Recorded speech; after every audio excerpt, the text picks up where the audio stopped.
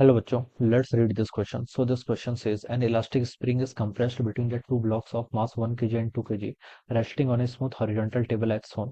If the spring has 12 joule of energy and is suddenly released, the velocity with the larger block of 2 kg blocks move with. Okay, हमें क्या बतानी है, velocity बतानी है जिससे आपका 2 kg का ब्लॉक क्या कर रहा है, मूव कर रहा है. ठीक है, तो देखिए बच्चों, इस क्वेश्चन का की कॉन्सेप्ट आप क्या लिख सकते हैं.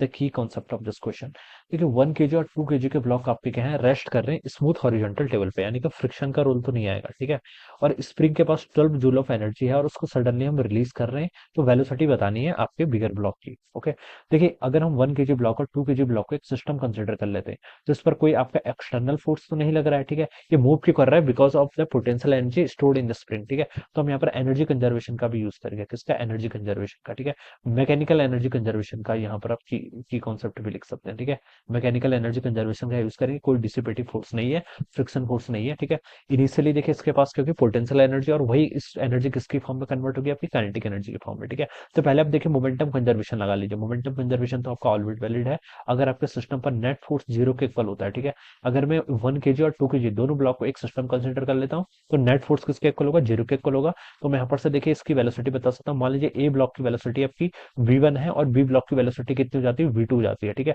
तो मैं लिख सकता हूँ 1 kg ब्लॉक इंटू v1 इसका वेलोसिटी हो जाएगी, तो ये मोमेंटम आ गया 1 kg ब्लॉक का, प्लस ठीक है 2 kg का ब्लॉक, इसकी वेलोसिटी को मान लीजिए मैंने v2 मान लिया, ये इसका मोमेंटम आ गया. ठीक है, और इज इक्वल टू कितना होगा आपका, जीरो के इक्वल, क्योंकि इनिशियली पूरा सिस्टम क्या आपका रेस्ट पर है, क्वेश्चन में बोला गया इट इज रेस्टिंग. तो यहाँ से क्या मिल गया आपको, v1 प्लस 2v2 किसके इक्वल होगा, जीरो के इक्वल होगा. और लिख सकते हैं v1 की वैल्यू यहाँ से -2v2 के इक्वल आ गई.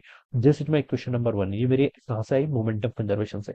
अब मैं एनर्जी कंजर्वेशन का यहाँ पर यूज कर रहा हूँ. एनर्जी कंजर्वेशन से देखिए मैं क्या बता सकता हूँ.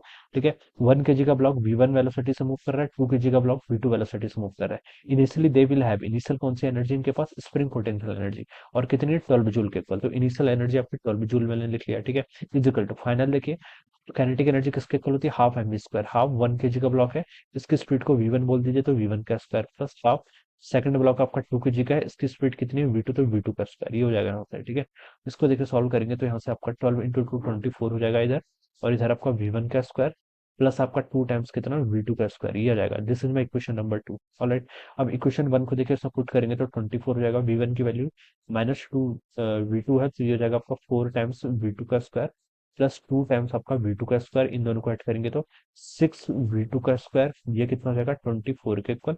तो v2 का स्क्वायर कितना हो जाएगा यहाँ से आपका 4 के इक्वल. ठीक है, और v2 कितना आ गया यहाँ से आपका 2 मीटर पर सेकंड के इक्वल. तो ये तो आपकी क्या आ गई, v2 वेलोसिटी आ गई. और v1 कितना हो जाएगा, v1 हो जाएगा यहाँ से 2 इंटू 2 करेंगे तो -4 मीटर पर सेकंड के इक्वल. तो v1 v2 दोनों ही कैलकुलेट कर लिए. उनसे पूछा क्या था, velocity with the larger block of 2 kg की वेलोसिटी हमने v2 बोली है, तो v2 कितना आएगा आंसर आपका 2 मीटर पर सेकंड के इक्वल आएगा, जो कि आपको फर्स्ट ऑप्शन में गिवन है. तो आप क्या लिख सकते हैं, option 1 will be the correct answer of this question. Option 1 क्या होगा, इसका राइट आंसर होगा. Alright, so I hope you are understood this concept. All the best and thank you so much.